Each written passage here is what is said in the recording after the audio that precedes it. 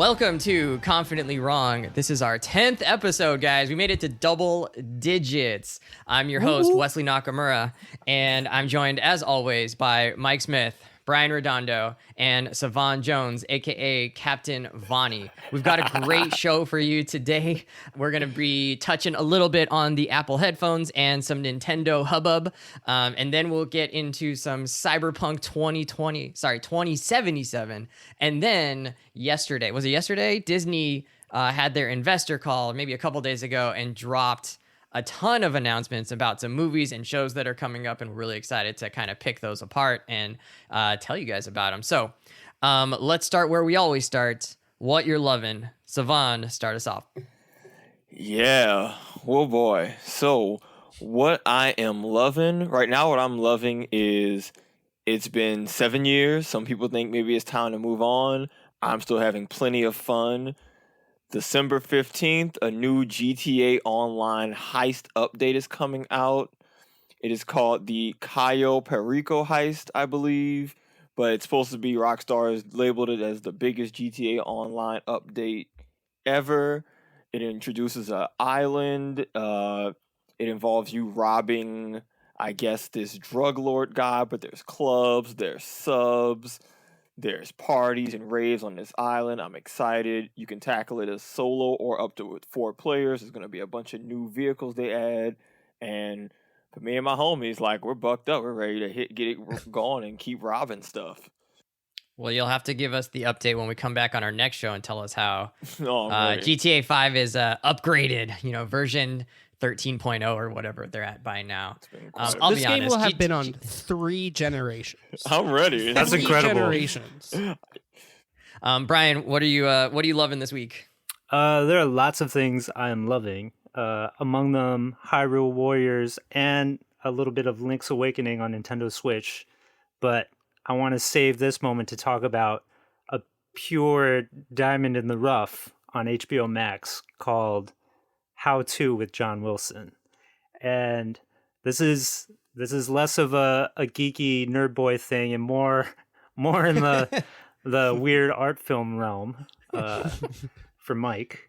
And this is a very strange and bizarre show where basically for half an hour this guy who walks around New York City with his video camera documenting essentially everything he does and sees in New York, at least that's what it feels like, and just cobbles them together into a 30-minute pure, like, visionary essay show where he just, like, describes the things that he's thinking and uses all this random footage of the streets of New York to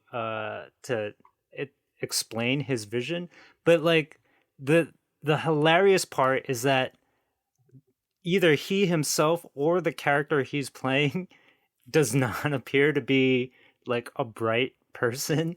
Only accidentally he is. He seems to be someone who's like really socially awkward, kind of a shut-in, doesn't know what the hell he's talking about, but is going into all these places in New York to figure it out. And so he's the HBO Max version of Kyrie Irving. Is that what you're telling us? A little bit of Kyrie Irving meets Forrest Gump, maybe. And so each episode is a theme about how to do something, and the topics are completely mundane, but lead to hilarious but also beautiful insights. So, like, one is how to make risotto, or how to make small talk with people, or how to build scaffolding. So all this like random stuff, but the glory of the show is really how he's looking at New York City, because he's not showing you the cinematic iconic things. He's showing you the weird stuff that makes New York great. Like somebody walking down the street, just doing karate kicks down the block for no reason, or somebody on the subway hanging a loaf of bread from the subway pole for no reason and holding on that shot long enough that you feel the tension of the bread about to fall all over all the passengers on the subway. And then, but he's like using these things to talk about scaffolding, and get you into it. And it's hilarious. And, I highly recommend it. There's only 6 episodes and they're very short. And it's the perfect cure for quarantine, because as a New Yorker, that's the stuff about the city that I love that I don't get to enjoy anymore because I'm not riding the subway. I'm not walking around and seeing all the wacky locals. So it's quite a good ride. So in full disclosure, when we were planning this episode, we planned that I was essentially going to cede my time because I could not put into just like words like how impactful the show was. And visionary is absolutely the right word. Like this show like messed me up for real. And it's not just, it's like funny. And I think one thing worth noting is I think it's executive produced and also some of it's written by Nathan Fielder, who had a really famous show that was kind of like that, very human nature of it, but also very dry. And I think at the core of the show, it's like seems to be a comedy, and it's just kind of about people going about their business, like Brian said. A few things about it, like one of the questions I had watching it was like, how the hell do you make this show? Because like almost every single line has its own shot of something from New York. So it's like he's talking about like one episode of like how to make small talk, and he's like talking about like intimate connection, and for like 3 seconds there's a shot of like a hawk holding a pigeon like that it killed, and it's just like every like few seconds is just like these shots that seem random, but my friend that recommended to me was like, it's a show you have to pay attention to. Like, it's not something you can look away from because it's like you're going to miss the nuance. So it's really funny in that way, but it's also really deep, especially at the end of I don't want to ruin the show for anyone, but like the end of the risotto episode and the way they like pull things together, it's crazy. And like my buddy who recommended it to me, Alan, he was like, I was crying at the end of that episode, like, because it's just so deep and meaningful. We watched that show. Me and Anna binged it. Like we watched the whole episode, the whole season in one sitting, and like you're like transported to like this different world. And as soon as we turned it off, I was like, I don't even know what's going on anymore. That sounds awesome. I think you've teased it enough. I think our interest is piqued. I'm gonna go watch that this weekend. It will mess you up. All right. It's the Christmas surprise of the season, or Hanukkah. Okay, all right. Thank you, Brian. Do you think it would have the same effect if we weren't in quarantine times? Yes. Like, would it be as good of you? Yes. Okay. Yes. Cool. So the what I'm loving this week is really short. This week, JJ Redick of Duke infamy or fame, depending on your interpretation, also a current New Orleans Pelican. So your home team over there, guys. Boy. He has a podcast, and he's I guess recently relaunched his podcast. And he got to interview CP3, Chris Paul.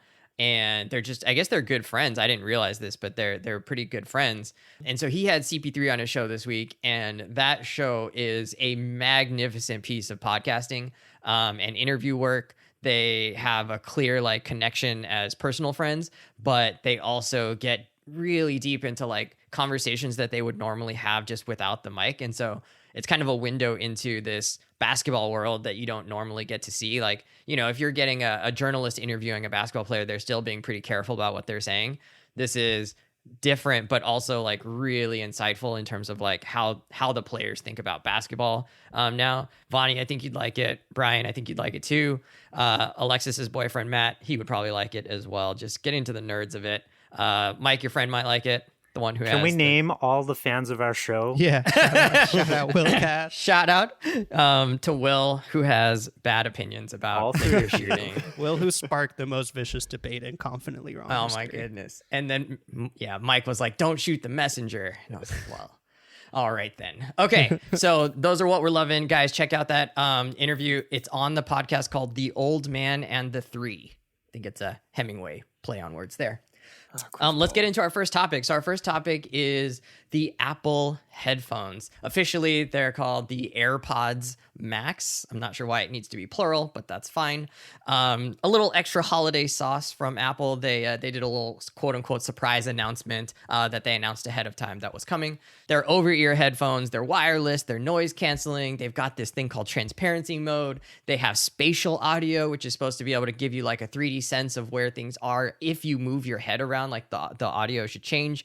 They have adaptive audio, which means it's supposed to like adapt to like your listening environment and how you're actually wearing the headphones. Obviously, it's meant to work with their iPhones, iPads, and Macs. Stainless steel, aluminum, blah, blah, blah, blah, blah, all this stuff. Can I say something real quick before you go on? None of that is unique to these headphones. Yeah, none of this stuff is like new features. MKBHD, CNET, some other random YouTubers, their first impressions are all really positive. They've liked it. They haven't done any full depth reviews, but they really liked it. But how much they cost is kind of the big sticking point, right? It's 550 big ones. Guys, Apple's playing that game. How can Apple justify that price? I don't know how this is happening. In this economy. This is their end game. This is what they've been laying down track work for 20 years to do. Can I say a few things? Because when I saw this, like, it turned me into like full Larry David mode. Please go for it. Please. So, first of all, let's just like preface this whole conversation. They're gonna make $1 trillion off of these things. Like, people are gonna buy them. Bazillion. They're sold out already. So that's No not gonna. way. Are they really? Or they're back ordered. They're like True, they're pushing. we like deserve coronavirus. Like, God. I didn't do that. Toast. So first off, like in the Jewish culture, in the name of Hanukkah, there's a word called chutzpah. That you probably heard, like cojones. Essentially, what it means is like the nerve or like big balls, to be like kind of gender normative. Apple like generally has a lot of chutzpah with the way they do things, but like more so than ever, I really think with these headphones. They're so expensive. Well, actually, no. First off, they're ugly as hell. They're not attractive looking. Like, they look like you're holding like a toaster, like on both sides. It's like if it was some kind of weird like Princess Leia like mixed with a droid. Like, that's what you look like. They're not attractive. You are a Star Wars fan. You might like that. The headband is weird. Like the way you like store them, you have to put them in the case. It's just so weird. But the chutzpah of it comes in that is that they're entering a market where it's already like a thing. It's not like it's new, like these wireless headphones, and they are significantly more expensive than better headphones that are cheaper, which is always the case with every Apple product, but I think more so than ever. It's just like, what are you, who gave you the right? But again, they're gonna make $1 million, so it's just like the ghost of Steve Jobs, dude. It's ridiculous. It's truly, and the thing is, like, brand loyalty. in like 3 years, I'm probably gonna have the damn things. Like, that's just how good Apple is. It's like dominating your life. But $550, like, you can get better headphones for $280. It's like they must be stopped. They truly must be stopped. And that's all I have to say about these GD headphones.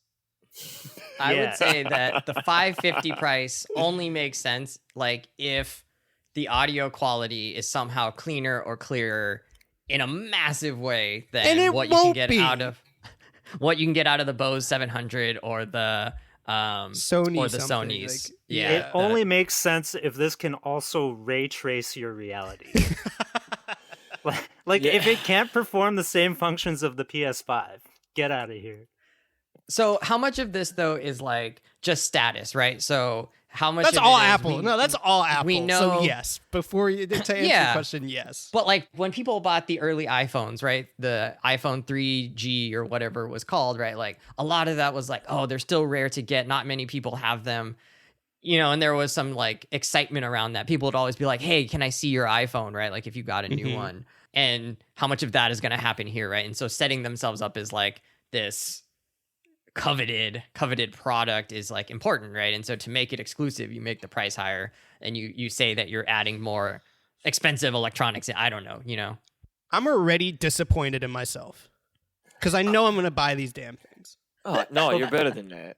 I don't think it's just status though for the success of like the iPhone or like the iPod before or whatever. No. Because those things were actually innovative at the time that they came out, right? Like nobody else, no other phone could use the regular internet at that time, and you know, and the whole touchscreen thing, all of that was fresh and innovative. What are these AirPod Maxes doing? Like, it's the chutzpah of it. Well, exactly. Well, it's them capitalizing off of that brand loyalty and recognition that they built with their genuinely innovative products. You know, you keep riding that reputation, and people I mean, that's how they operate. You know, and we know, like, I mean, the price is outrageous. We all know that, but they don't specialize in headphones. That's not their wheelhouse. So, you know, I got my Beats Studios, and like, I'm just they own Beats. They own Beats. Why aren't these Beats? They own Beats. Why are you making a competitor to your own product? Yeah, and the thing is, my Beats are like mad compatible with my phone. I paid far less than $550 plus tax, right? This is because that's before tax. So really, let's keep it $150. It's really $600. Like, come on, let's be real. I paid like half of that, and I am extremely happy with the purchase of them headphones. So like, you know, we talked about this in the last episode with the Sony stuff, right? With us being like PlayStation fans, like innovative or not, there's a certain level of brand loyalty that they know that they can capitalize off. And also, you know, if you got money or if you just have a little bit more of an income bracket, the price don't really mean anything.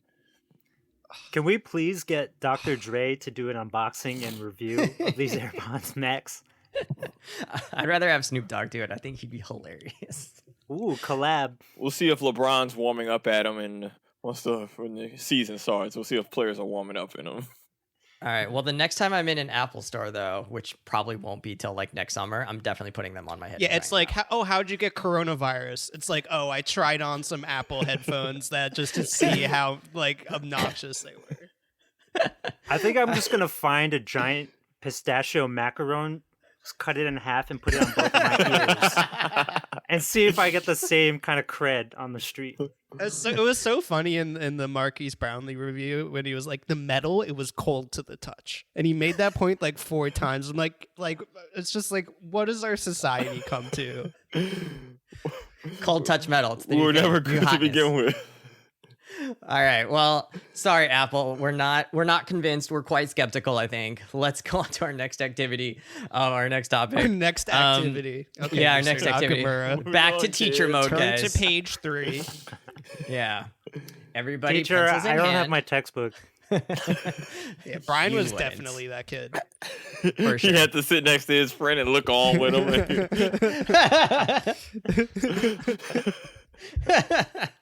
Hey, you gotta have good friends, man. That's how he knew who was a true friend. All right, so our next topic, Nintendo has been a little bit in the news. Savon, hit us with it. What's going on with Nintendo these days? Why are people a little bit upset with them? Corporation podcast. It kind of is, but No, it's okay. because you know I shill when I don't shill, like I fanboy when it's time to fanboy, and I call it like I see it, you know.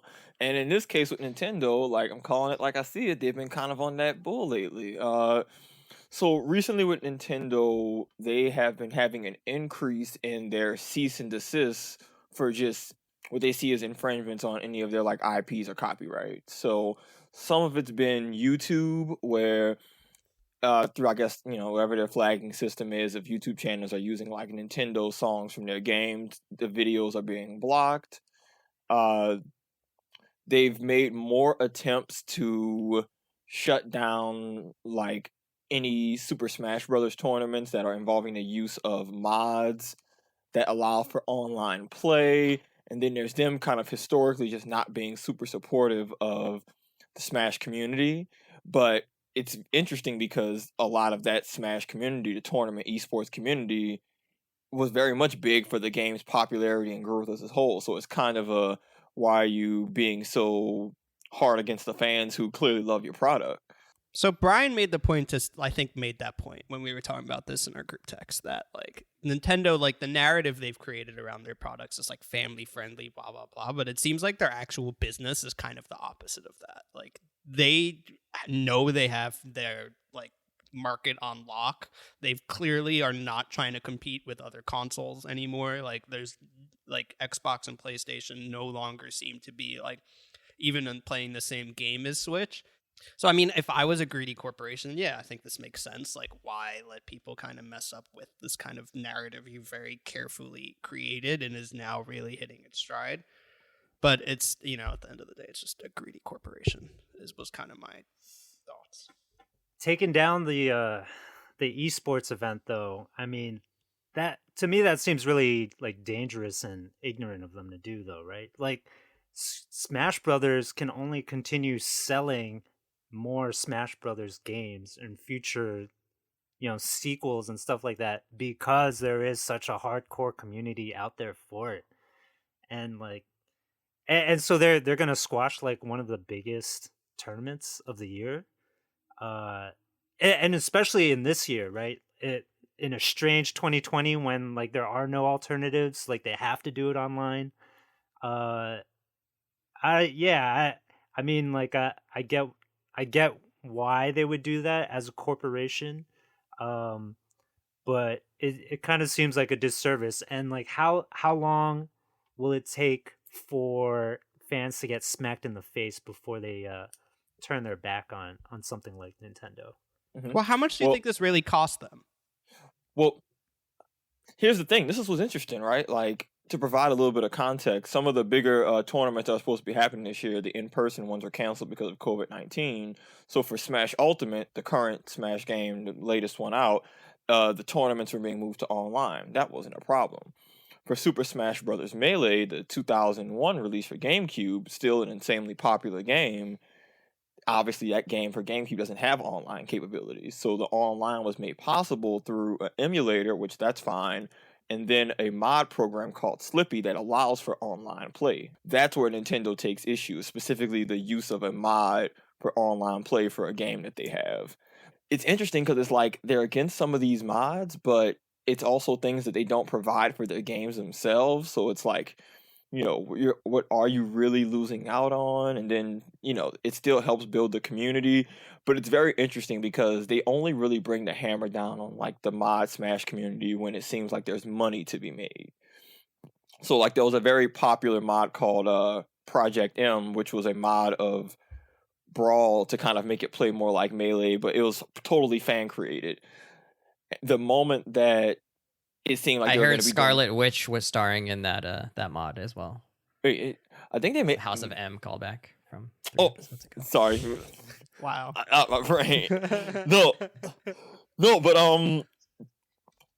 I lost my train of thought. No, but you did. Thanks, Wesley. no.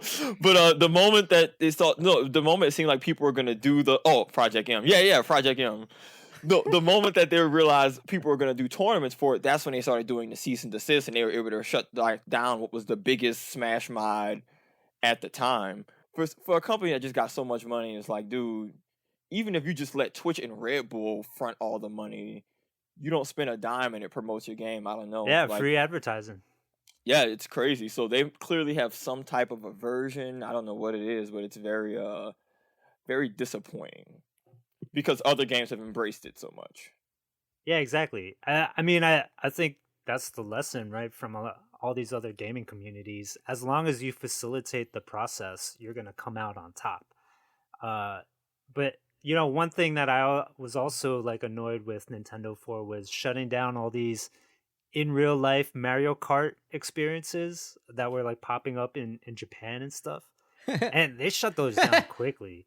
Was that like a business? It was like you pay to go like do Mario Kart, or was it because I've seen a lot of YouTube videos? Yeah, I think people were trying to set up like small mom and pop style, like putt sort of experiences, and and they shut those down, even though of course all those videos go viral right when they happen, and part of it was like at the time you're like, oh damn, that that's super annoying, and then you see the announcement recently that they're going to open up Super Mario World or Nintendo World, I don't know what it's called specifically, at Universal Studios I think it's in Osaka, where they're going to have a Mario Kart ride.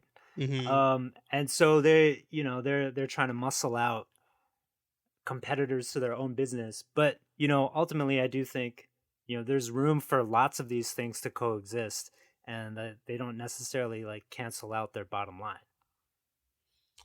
Yeah, my friend who I talked to about this, shout out to David. I didn't know this, but Counter-Strike, which, one of the most competitive, most played PC games of all time, started out as a Half-Life mod. I didn't know that. Oh, But really? yeah, it started out as a mod of Half-Life, and the people at Valve were like, yo, this is dope. And they ended up, I guess, buying the rights. I'm not sure what that process looks like, but they made it into a retail release. And That's the same thing as League of Legends, isn't it? That was like a Dota mod. I think that's Was also it? Valve, isn't it? Yeah.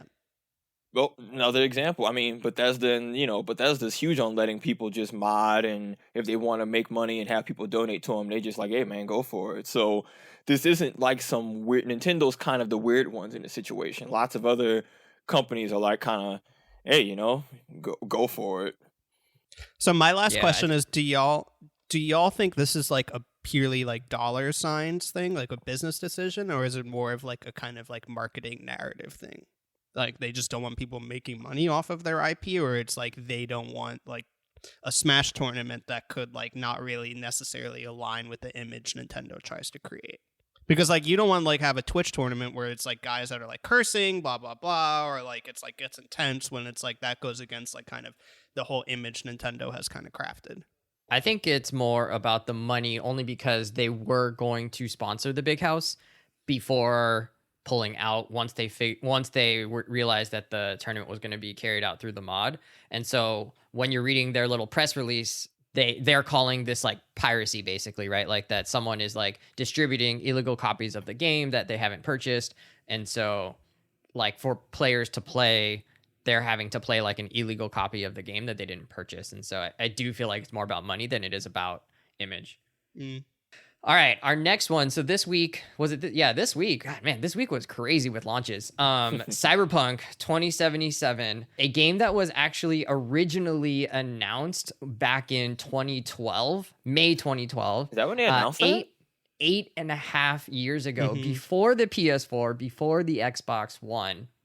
And they've had a load of delays on their launches over the past couple months. And it's actually based on a RPG tabletop game that this guy created. His name is Mike Pondsmith. I was Wikipedia in this, and he made it back in 1988. And it's like a long RPG game that you play called Cyberpunk. And they finally released it this week. I think buggy is probably the best way to describe it. People like the story, but there's a lot of technical glitches that are showing up on YouTube and people are discussing on the socials. Savon, you've tried out the game.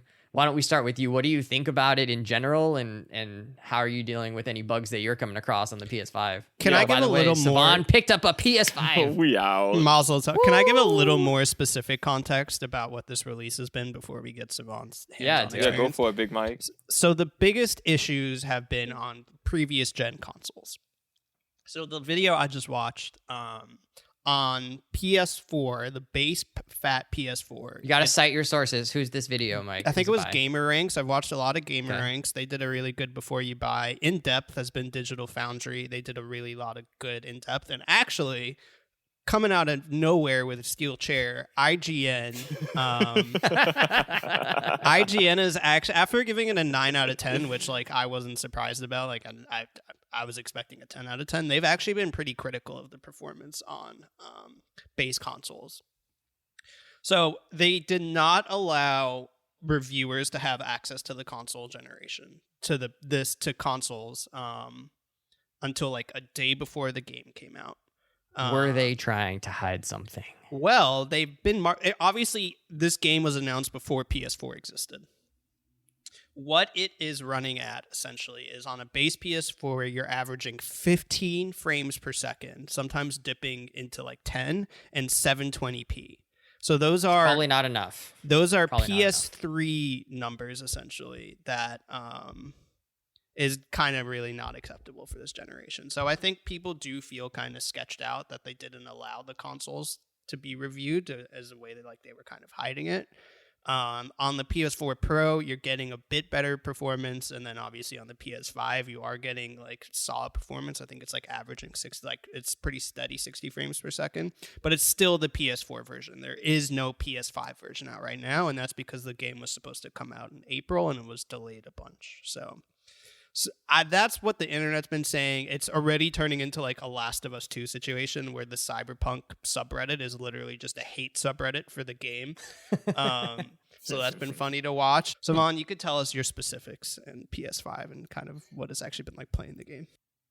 Yeah, so one on the PS5, so like it's worth noting. I talked to some of my homies who have it on PS4, kind of similar to what you said, Mike. Definitely, like he'd say, he turned up his sensitivity. Tyler, he said he turned up his sensitivity so he could like whip around faster, and like just the whipping around sometimes led to feeling like the game had some slowdown, some frame rate loss. PS5, I haven't had that issue with frame rate really. It's very clear that like the game just needed more time to be kind of polished and optimized. So even though I got that good frame rate, there's still little things that like the PS5 isn't going to make up for if the game itself just needed more like work put in on it. But that being said, there are certain moments where the game looks beautiful. There was a point when I was last night in a club and I was like, man, this is beautiful. And then other moments where I am thoroughly underwhelmed. So listeners, he means he was in a virtual club inside. Yeah, I'm staying inside. He wasn't like in the club. He wasn't in Atlanta. No. I am very much hanging out with James Harden in my home. Nope, not a Rocket.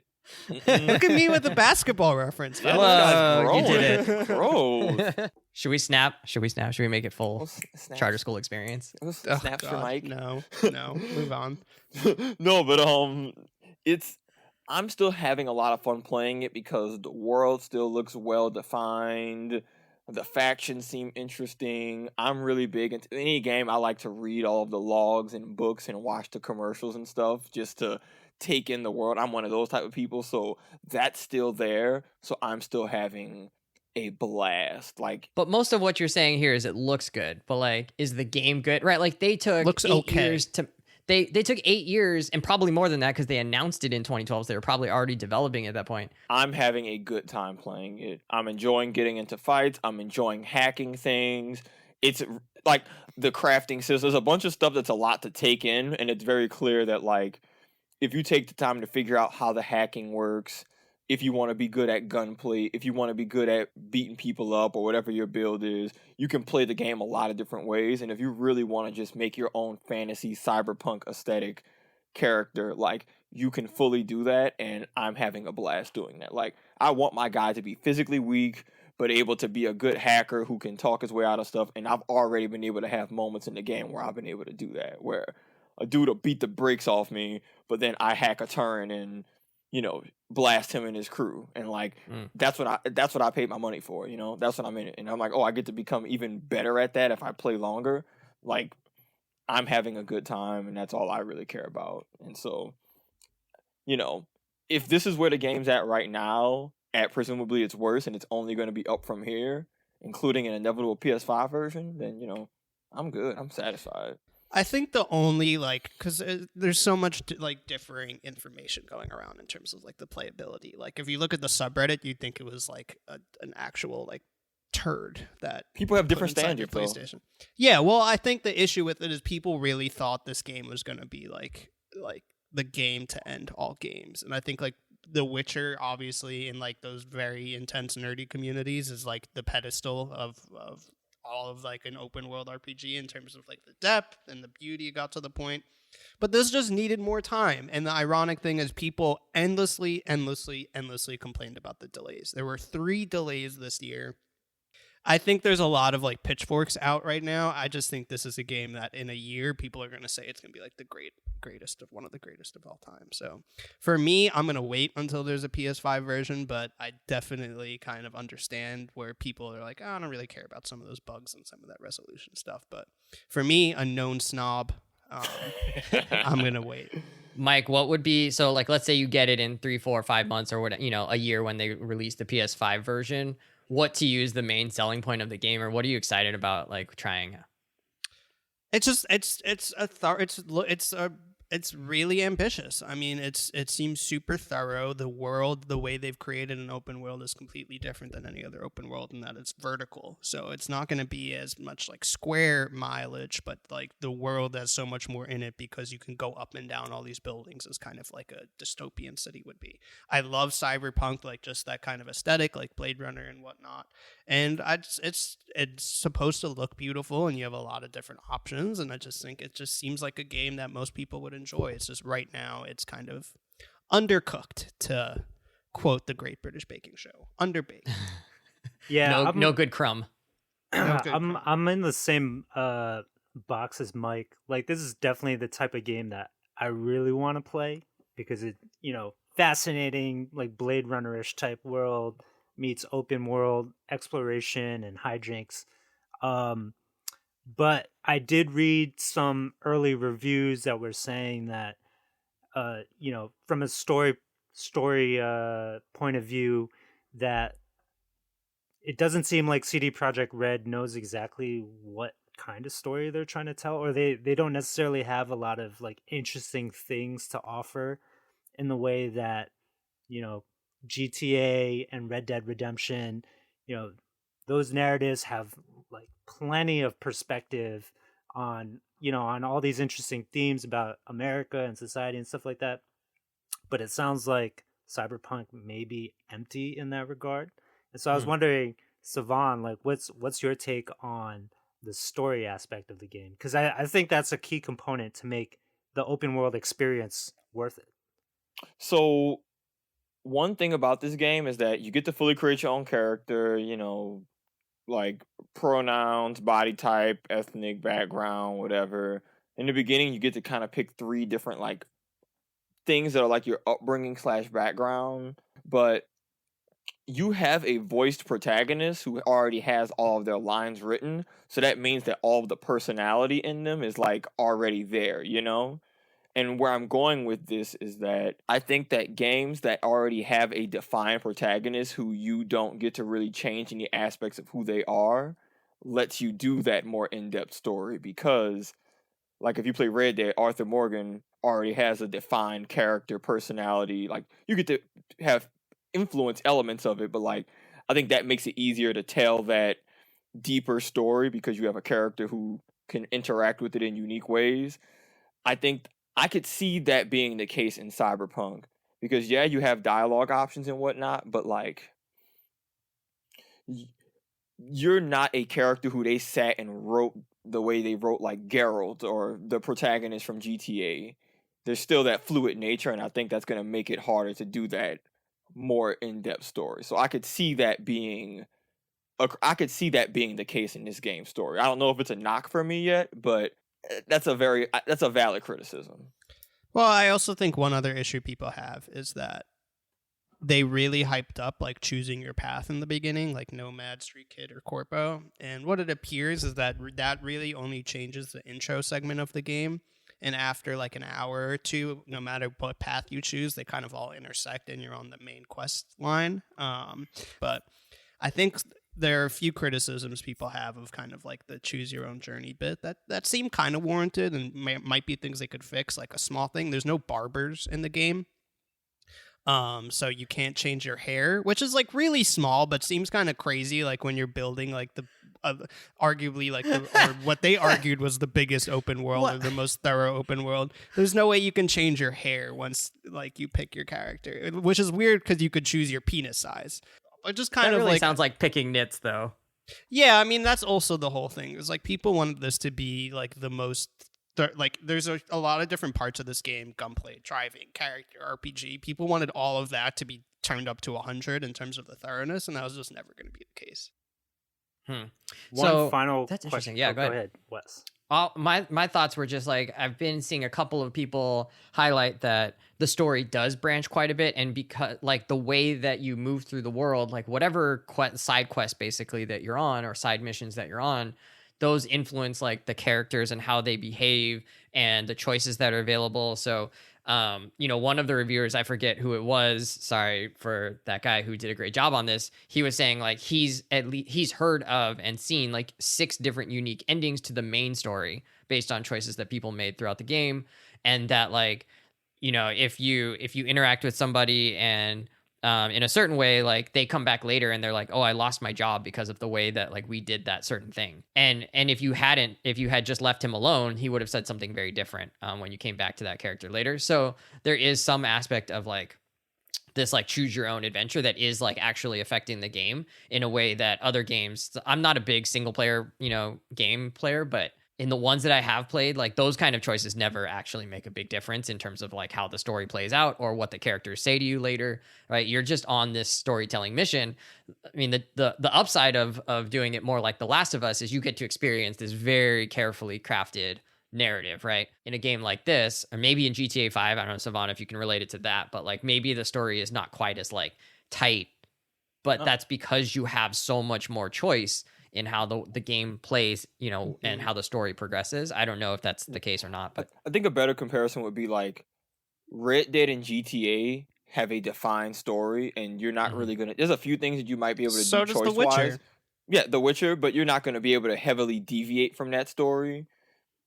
Just like when you're allowed to just make a lot of choices, it's harder to do a clearly crafted narrative. You can't have you have to pick one or the other. One's gonna take a step back away from the other. You either go the Fallout Skyrim route of a lot of choice but a little bit less depth, or no choice but extreme depth. You're not gonna get 6 different storylines at the same depth as The Witcher. What I'll say though is that I was playing a quest line last night and I had an optional objective that I chose to pursue, and then that optional objective led to 3 different ways that I could have played it out.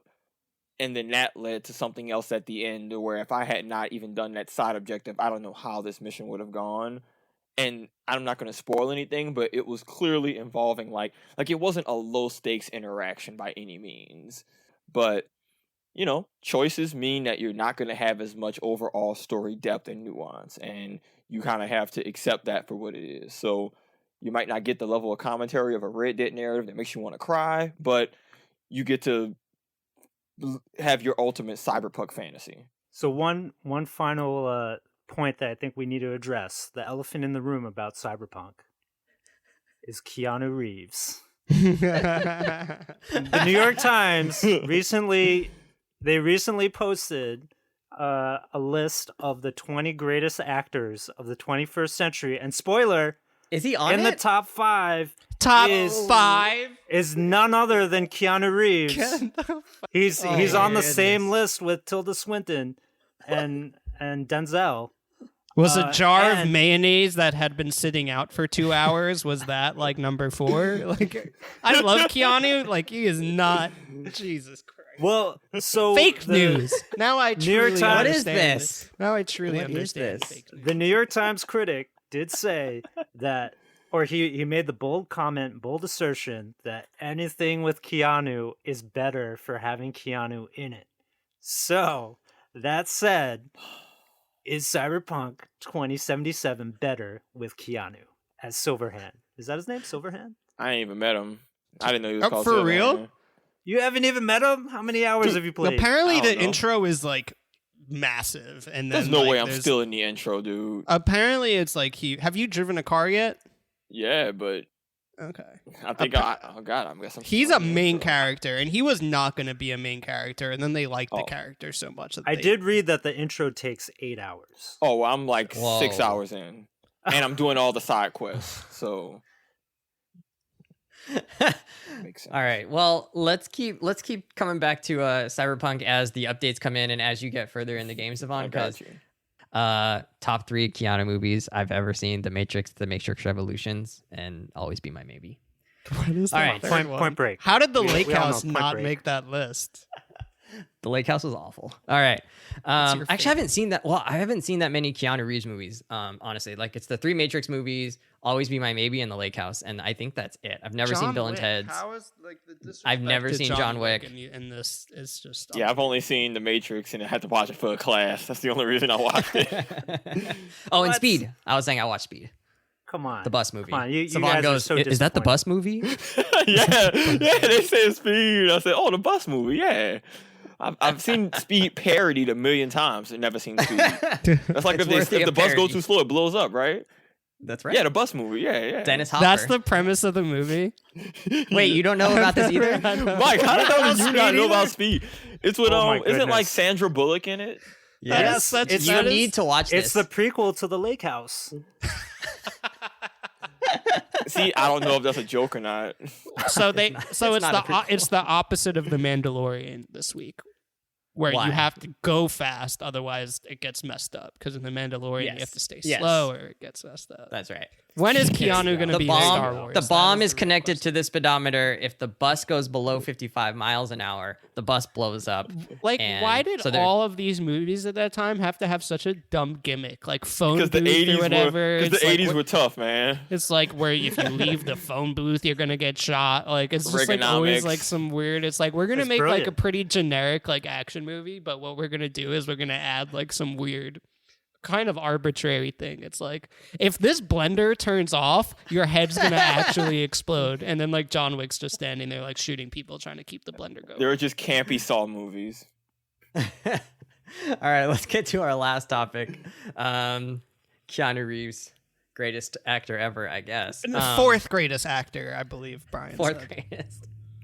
All right, so this week Disney had their investor call. I don't even know what an investor call is, friends. I don't invest. They used it as an opportunity to highlight all of their shows and updates to all of their different properties is probably the best word, or companies, but that's a stupid business term. So anyway, so they made announcements about like Disney movies, Pixar movies, Marvel TV shows and movies, Star Wars. Friends, of the giant list of announcements that they made in terms of what's coming in the next few years, I think their timeline is like the next 3 or 4 years. They made a gigantic load of announcements. I imagined in my head Mike having his brain explode like a GIF where like it's Elmo and the fire is going on behind him. It was a very overwhelming evening. I'll say that. Facts, dude. So, Mike, I guess I want to go to you first because I think you were the most excited about all these announcements. Which ones of them are you just like, oh my goodness, like I really want to see where they go with that? Let me just preface this by saying there is nothing more peak 2020 than a bunch of, at least in this country, than a bunch of nerds like hiding in their house from a pandemic that our government has just completely not made any effort to do anything about. Getting so hyped up from an investor call that Disney is just like announcing all this stuff. Like I was just like, I'm owning this. Like praise the mouse. Like long may he reign. It's just so sad, but like I'm just fully diving into this new reality we live in. It's like if I just get a little more fat and get like a rolling chair, I'll just be one of the people in WALL-E.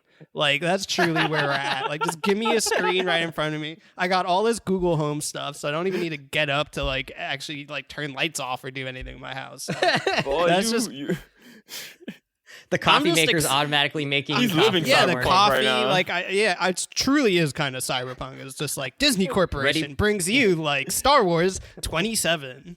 Is that one of the storylines you can choose? Yeah, it's just you just kind of give fat in. schlub. Yeah. So Marvel and Star Wars are probably where you're at, yeah?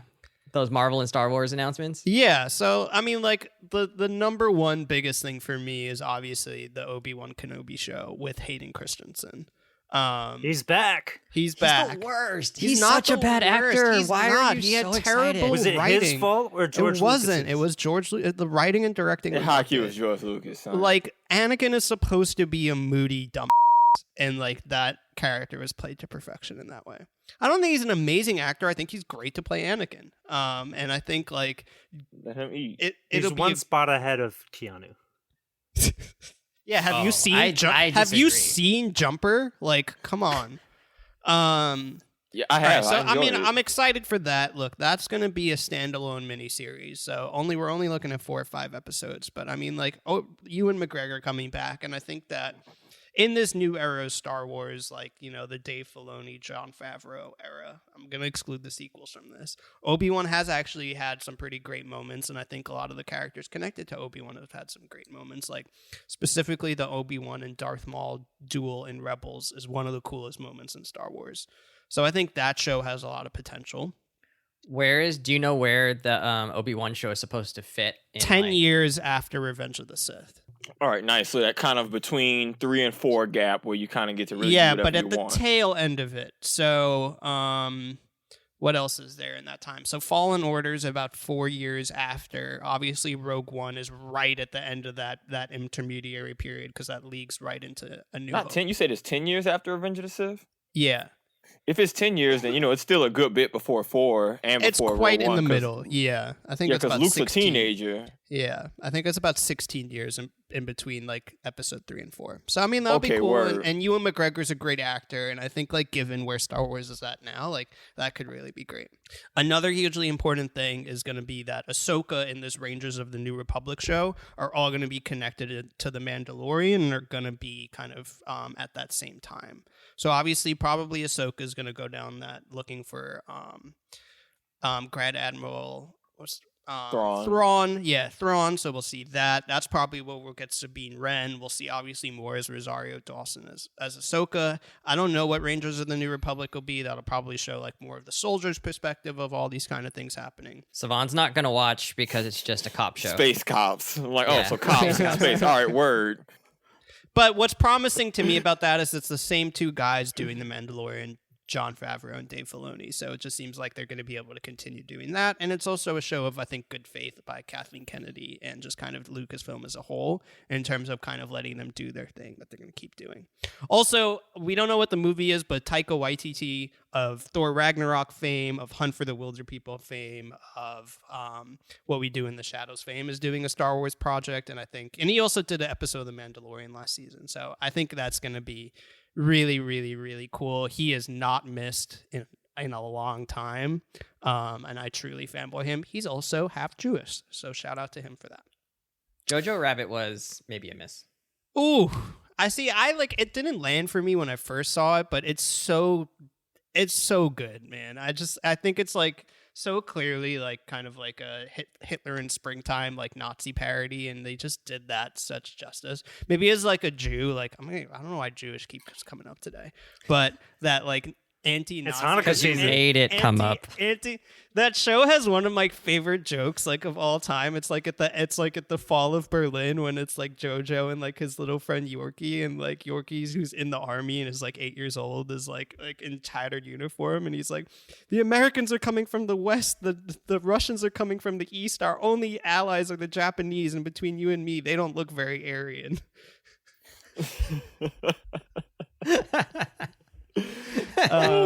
I love that joke so much. But anyway, and then on the Marvel front, that was even bigger. We got a lot of footage for shows we knew were coming. So Falcon and the Winter Soldier, Loki, and WandaVision all looked really cool. I think this What If show, it's an animated show that shows like some alternate realities. Like what if T'Challa became Star-Lord? What if Peggy Carter became Captain America? Obviously Captain England there. I think that'll be really cool. Classic comic book series. Yep, that's based off is that an actual? Series. Oh, is that a comic book? Yeah, and those were always the best Marvel comics. They just do these absurd, like just third graders in the sandbox hypotheticals and say, "F it, let's make a whole story on that." Yeah, and I mean, I think that'll be another thing where it's like if you get the right people to do it, then it'll be really cool, especially because it's an animated short. So I think that kind of gives like you some more leeway in terms of like the directors you can get and things like that. I think Fantastic Four they announced, that's huge for the kind of MCU because that means we'll get Doom, which probably means that'll be the next big bad of the next 3 phases. Also, quick thing, the director that they're getting for Fantastic Four, I think he's a guy, I forget his name, but he John also, Watts. Thank you, but he also did, he's an MCU vet, so he did Spider-Man Homecoming and Far From Home, and is doing the newest Spider-Man movie, so like, they clearly are like, okay, Fantastic Four is struggling to get a foothold, let's bring in somebody who's tried and true and we can trust.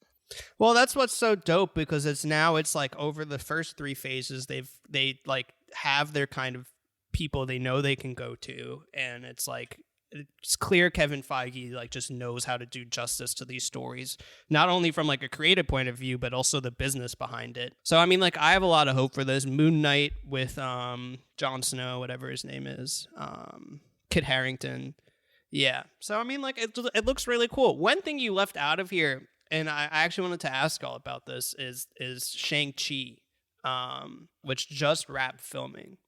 Are y'all excited for this? Because my thoughts for this, and if this is an ignorant question, we could just cut this and kick me out of the podcast.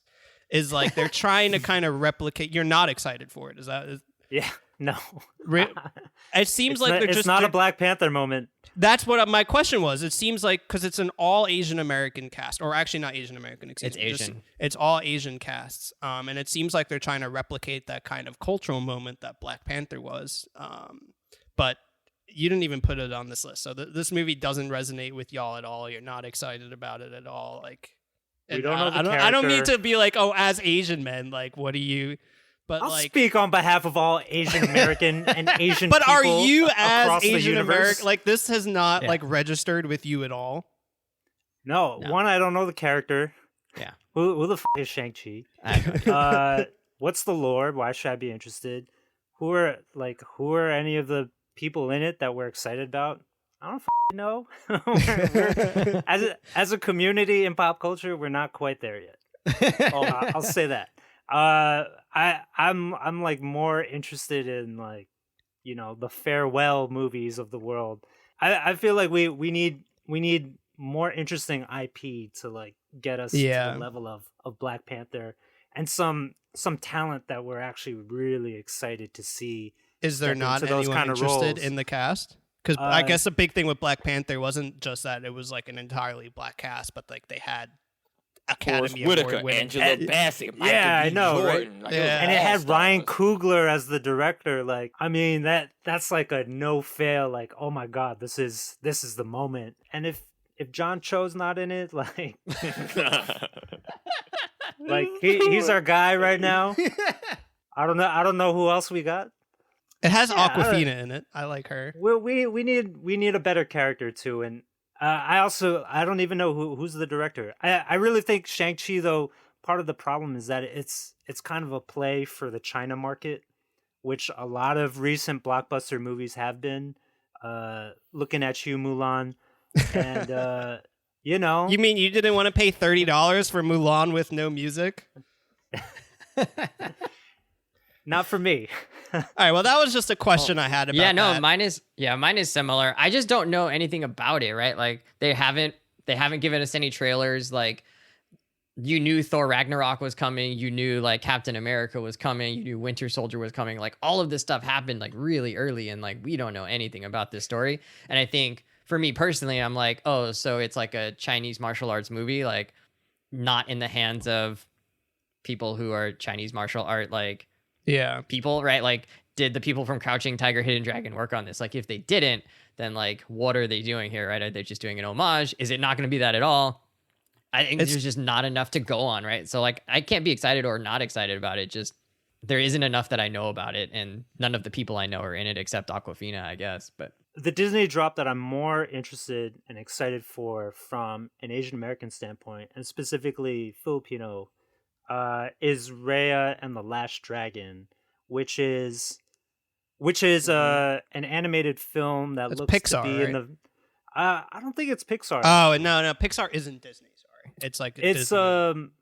Yeah, it's sort of like in the Moana vein, in that they're trying to in Moana they took like the whole like Polynesian culture and like transformed it into this fairy tale setting.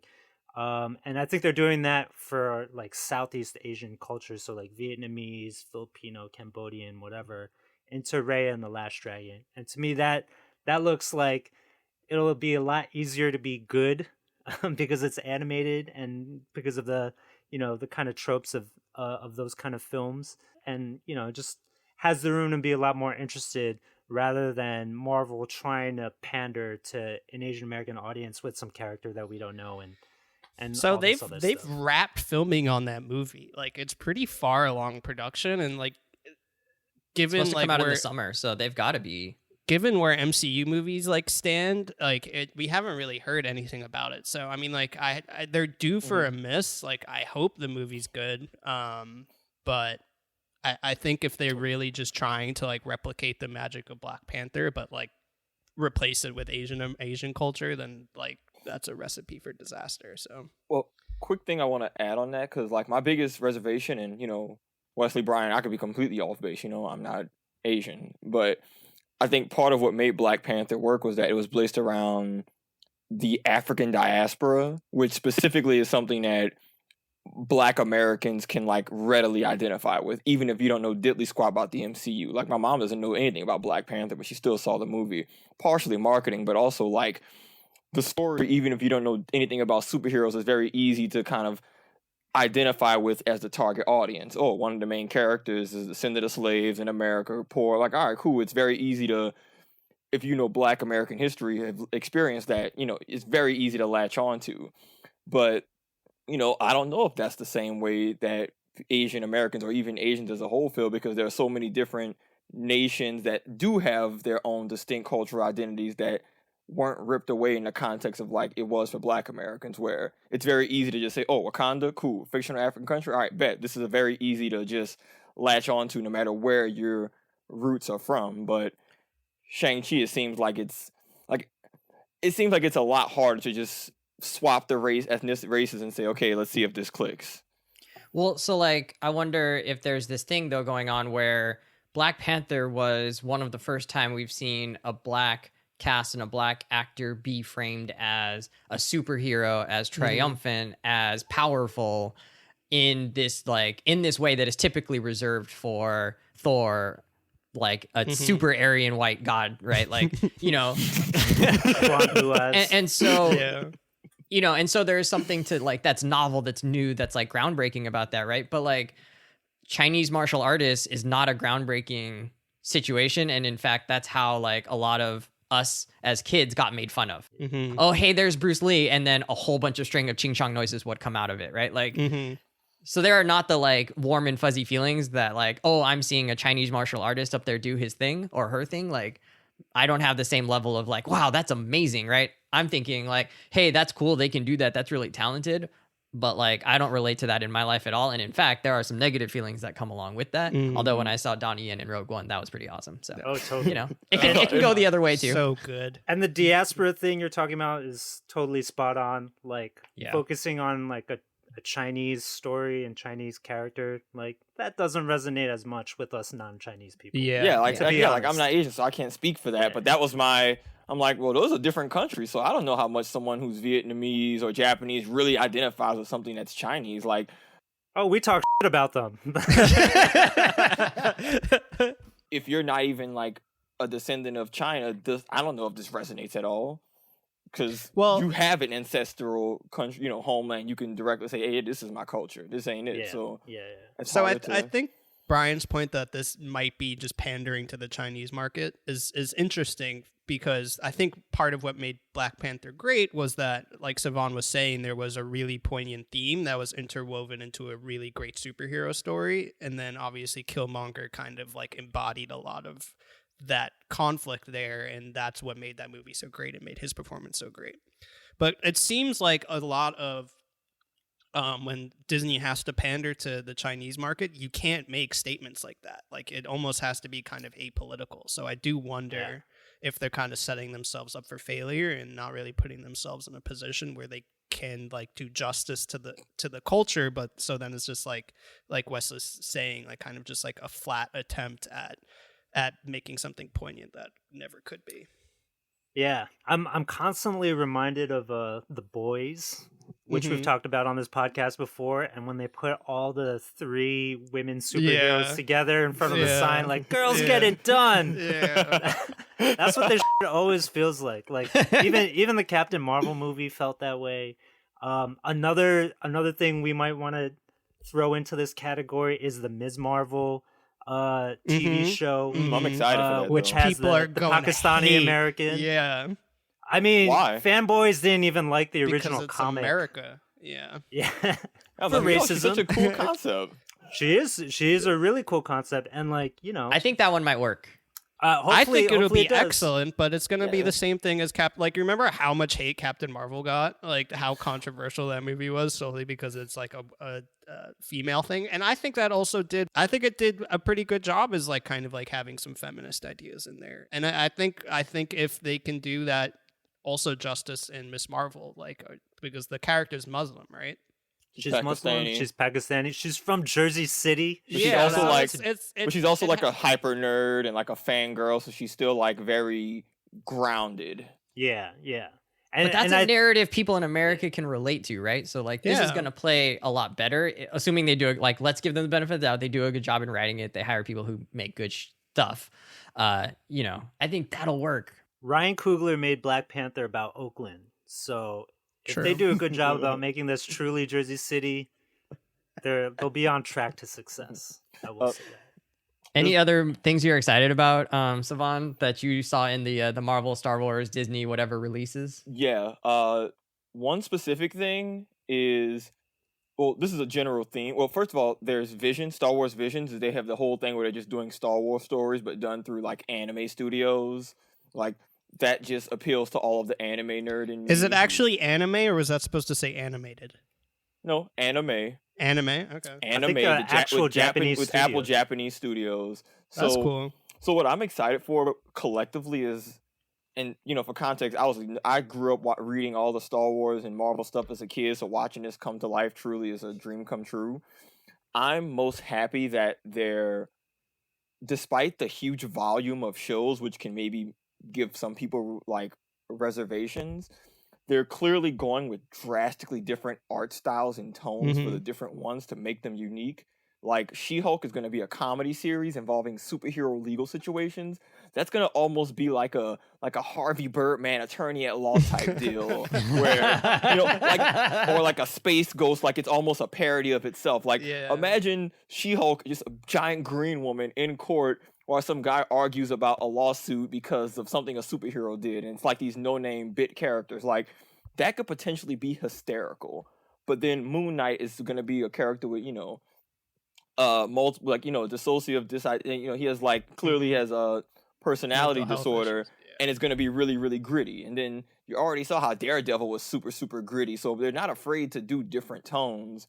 So I'm really excited if like amongst all these shows, some are animated, some are live action, some are funny, some are dark.